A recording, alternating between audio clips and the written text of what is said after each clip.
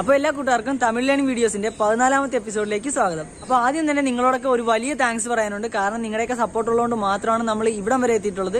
അപ്പോൾ ഇനി നിങ്ങളുടെ സപ്പോർട്ട് പ്രതീക്ഷിച്ചുകൊണ്ട് നമുക്ക് ഇന്നത്തെ വീഡിയോയിലേക്ക് പോയേക്കാം. അപ്പോൾ ഇന്നത്തെ വീഡിയോ എന്താണെന്ന് വെച്ചാൽ തമിഴിലെ ലായുടെയും വായുടെയും ഫുൾ അക്ഷരമാലയാണ്. അപ്പോൾ ഇതാണ് തമിഴിലെ ല. അപ്പോൾ ഇതറിയാത്തവർക്ക് തമിഴിലെ വ്യഞ്ജനാക്ഷരങ്ങൾ എങ്ങനെ എഴുതുന്നതെന്ന് നമ്മൾ ഓൾറെഡി ഒരു വീഡിയോ ചെയ്തിട്ടുണ്ടായിരുന്നു. അപ്പോൾ ആ വീഡിയോയുടെ ലിങ്ക് നമ്മൾ താഴെ ഡിസ്ക്രിപ്ഷനിലും അതേപോലെ ഐ ബട്ടണിലും ആ വീഡിയോ കൊടുത്തേക്കാം. അതേപോലെ തന്നെ നമ്മുടെ തമിഴ് ലേണിംഗ് വീഡിയോ സീരീസിന്റെ എല്ലാ എപ്പിസോഡ്സിന്റെയും ലിങ്കുകൾ താഴെ ഡിസ്ക്രിപ്ഷനിൽ ഓർഡർ ആയിട്ട് കൊടുത്തേക്കാം. അപ്പോൾ ല എഴുതി ഇനി ല എഴുതാനായി ല എഴുതി ഒരു ദീർഘമിട്ടാൽ മതിയാ. ഇനി ലി എഴുതാനായി ല എഴുതുക, അവിടെ നിന്ന് ഒരു വള്ളി ഇടുക. ഇനി ലീ എഴുതാനായി ല എഴുതി ഇങ്ങനെ ഒരു ചുറ്റിക്കെട്ട് വള്ളി ഇടുക. ഇനി ലു എഴുതുമ്പോൾ എല്ലാവരും ശ്രദ്ധിക്കണം. ല എഴുതാം. ഇനി ദാ ഇവിടെ നിന്ന് ഇങ്ങനെയാണ് ലുവിന്റെ കുനിപ്പ്. അപ്പൊ ഇതേ കുനിപ്പ് തന്നെയാണ് നമ്മൾ തായുടെ അക്ഷരമാല എഴുതിയപ്പോൾ തു എന്ന് എഴുതാനായി എഴുതിയതും. ഇനി നമുക്ക് ലു എഴുതാനായി ല എഴുതാം. ദാ ഇങ്ങനെ എടുത്ത് ഇങ്ങനെ ഇടാം. ഇനി ലേ എഴുതാനായി ഒരു ചുറ്റിക്കെട്ടിടാം, അതിന്റെ കൂടെ ല ഇടാം. ഇനി ലേ എഴുതാനായി ഫോൺ ചുറ്റിക്കെട്ടിടാം. ഇനി ല എഴുതാം.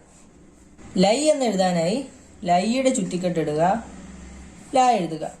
ഇനി ലോ എന്ന് എഴുതാനായി ചുറ്റിക്കെട്ടിടാം, ല എഴുതാം, ദീർഘമിടാം.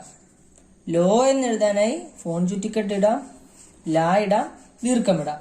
ഇനി ലവ് ഇങ്ങനെ ഒരു ചുറ്റിക്കെട്ടിട്ട് ല എഴുതി ളയുടെ ചിഹ്നമിടുക, അപ്പോൾ ലവ്. അപ്പോൾ ഈ അക്ഷരമാല നമുക്കൊന്ന് മലയാളത്തിൽ കൂടെ എഴുതി നോക്കാം. ഇത് ല, ഇത് ല, ലി, ഇത് ലി, ഇത് ലു, ലു, ലേ, ലേ, ലൈ, ഇത് ലോ, ലോ, ഇത് ലവ്. അപ്പൊ ഇതുവരെ നമ്മൾ ഒരുപാട് അക്ഷരമാലകൾ എഴുതിയിട്ടുണ്ട്. ഈ അക്ഷരമാലകളിലൊക്കെ ഏറ്റവും കൂടുതൽ നമുക്ക് കൺഫ്യൂഷൻ ഉണ്ടാകുന്നത് കുനിപ്പുകൾ ഇടുമ്പോൾ ഉള്ള വ്യത്യാസമാണ്. പല അക്ഷരങ്ങൾക്ക് പല കുനിപ്പുകളാണ് ഇടുന്നത്. അപ്പൊ ഈ വീഡിയോ തമിഴ് ലേണിംഗിന്റെ 14ാമത്തെ എപ്പിസോഡാണ്. അപ്പൊ ഇത്തരം വീഡിയോസ് കണ്ടിട്ടുള്ള ആളാണ് നിങ്ങളെങ്കിൽ നിങ്ങൾക്ക് ഏകദേശം നല്ലൊരു ഐഡിയ കിട്ടിക്കാണും കുനിപ്പുകൾ ഏത് അക്ഷരത്തിന് ഏത് കുനിപ്പുകളാണ് ഉപയോഗിക്കുന്നതെന്ന്. അപ്പൊ നമ്മൾ ലായുടെ അക്ഷരമാല കഴിഞ്ഞു. ഇനി നമുക്ക് വായുടെ അക്ഷരമാലയിലേക്ക് പോകാം. അപ്പൊ തമിഴിലെയും മലയാളത്തിലെയും വാ ഏകദേശം സെയിം ആണ്. മലയാളത്തിലെ വാ ഇങ്ങനെയാണെങ്കിൽ ഇവിടെ ഒരു ചുറ്റിക്കെട്ട് കൂടെ വന്നാൽ തമിഴിലെ വായായി ദാ ഇങ്ങനെ. ഇനി വാ എഴുതാനായി വാ എഴുതാം. അപ്പോൾ വാ എഴുതി ഇനി ഒരു ദീർഘമിട്ടാൽ വാ ആയി. വി എഴുതാനായി വാ എഴുതി ഒരു വള്ളി ഇട്ടാൽ മതി. ഇനി വി എഴുതാനായി വാ എഴുതുക, ഒരു ചുറ്റിക്കെട്ട് വള്ളി ഇടുക. അപ്പോൾ ഇനി വു എഴുതുമ്പോഴേക്കും വാ എഴുതിയിട്ട് ഇങ്ങനെയാണ് കുനിപ്പിടേണ്ടത്. അപ്പൊ നമ്മൾ പായുടെ അക്ഷരമാല എഴുതിയപ്പോഴും ഇങ്ങനെ തന്നെയാണ് കുനിപ്പിട്ടത്. ഇനി വു എഴുതുമ്പോഴേക്കും ശ്രദ്ധിക്കണം. വാ എഴുതുക, സാധാരണ വൂവിന് എഴുതുന്ന പോലെ കുനിപ്പിട്ടു, ദാ ഇങ്ങനെ എടുത്ത് ഒരു ചുറ്റിക്കെട്ട് കുനിപ്പിട്ടു. അപ്പോൾ വൂ എഴുതിയിട്ടുണ്ട്. ഇനി നമുക്ക് അടുത്തത് വേ ആണ്. വേ എഴുതാൻ ചുറ്റിക്കെട്ട് ഇടാം, വാ എഴുതിയാൽ മതി. വേ എഴുതാൻ ഫോൺ ചുറ്റിക്കെട്ടിട്ട് വാ എഴുതി. ഇനി വൈ വൈ എഴുതാനായി വൈയുടെ ചുറ്റിക്കെട്ടിട്ടു, വാ ഇട്ടു. ഇനി വോ എഴുതാനായി ചുറ്റിക്കെട്ടിടാം, വാ എഴുതാം, ദീർഘമിടാം.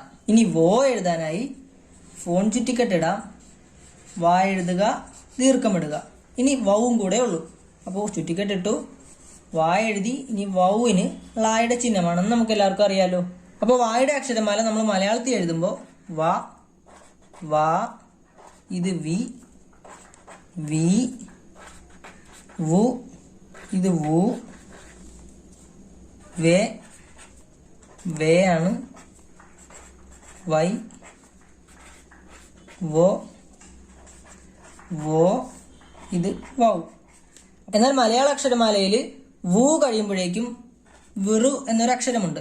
അതേപോലെ തന്നെ വൗ കഴിഞ്ഞാൽ വം, വ ഇങ്ങനെയും നമ്മൾ എഴുതും. എന്നാൽ ഈ 3 അക്ഷരങ്ങളും തമിഴിലെ അക്ഷരമാലയിൽ ഇല്ല കേട്ടോ. അപ്പൊ നമ്മുടെ ഈ വീഡിയോ എല്ലാവർക്കും ഇഷ്ടമായെന്ന് വിചാരിക്കുന്നു. ഇഷ്ടമായെങ്കിൽ തീർച്ചയായും ലൈക്ക് ചെയ്യുക, ഇഷ്ടമായില്ലെങ്കിൽ ഡിസ്ലൈക്ക് ചെയ്യുക. അപ്പൊ നിങ്ങൾ ആദ്യമായിട്ടാണ് നമ്മുടെ ചാനൽ കാണുന്നതെങ്കിൽ തീർച്ചയായും സബ്സ്ക്രൈബ് ചെയ്യുക, നമ്മുടെ ഫാമിലിയിൽ ഒരു അംഗമാവുക. അപ്പൊ അടുത്തൊരു വീഡിയോയിൽ കാണുന്നവരെ take care and bye bye guys.